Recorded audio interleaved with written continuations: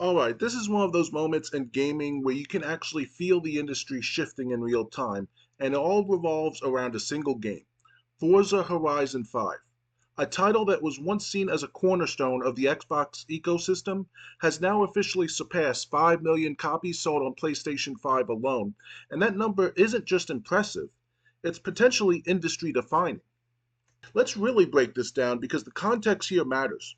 Forza Horizon 5 didn't launch yesterday. This isn't a brand new release benefiting from day one hype.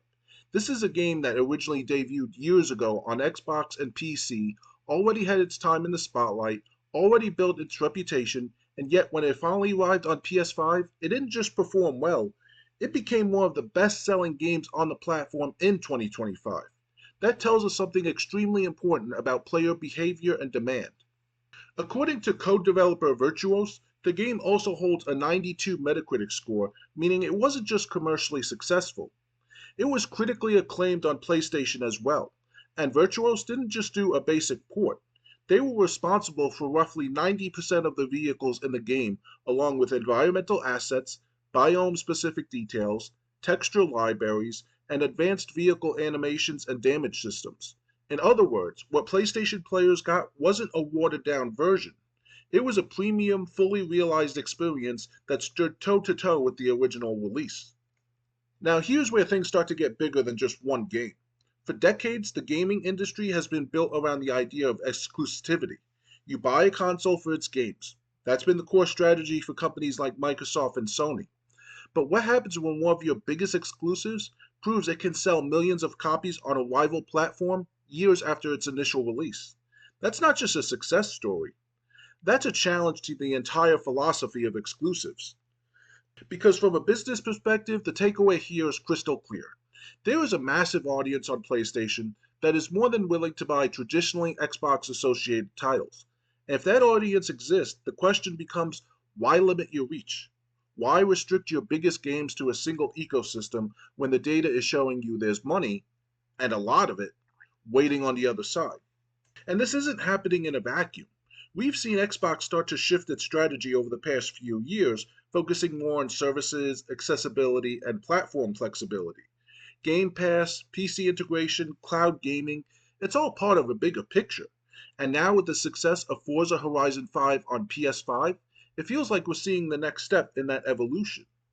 There are even reports and rumors about something called Project Helix, which suggests that the future of Xbox hardware might not look like a traditional console at all.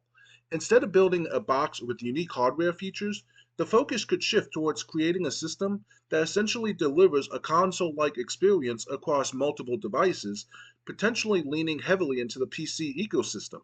And if that's the direction things are heading, then exclusives become less about hardware and more about availability.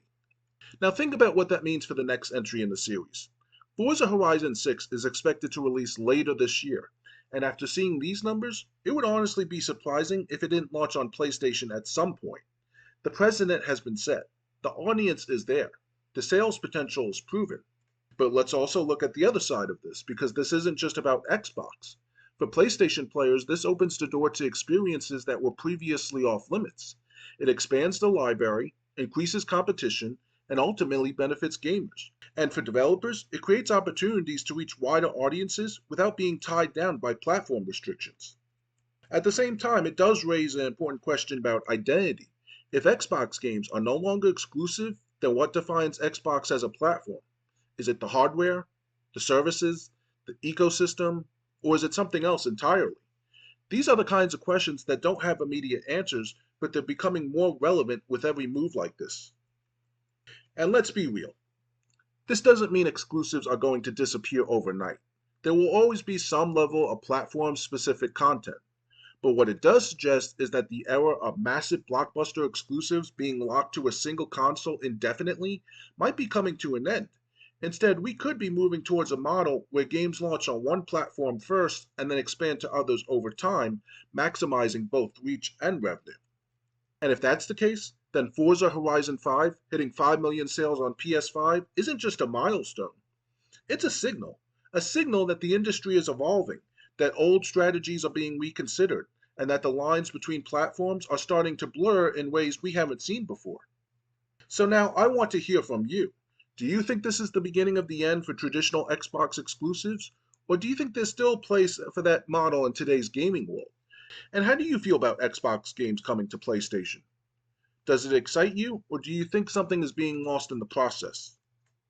If you enjoyed this video and found it insightful, make sure to give it a thumbs up, subscribe to the channel, and ring that notification bell so you don't miss any future uploads. And if you want to go even deeper into discussions like this, check out my Patreon. My latest exclusive takes a deep dive into whether or not open world games still feel fresh, and it's a conversation I think a lot of you will find really interesting. Thanks for watching, and I'll see you in the next one. Game on.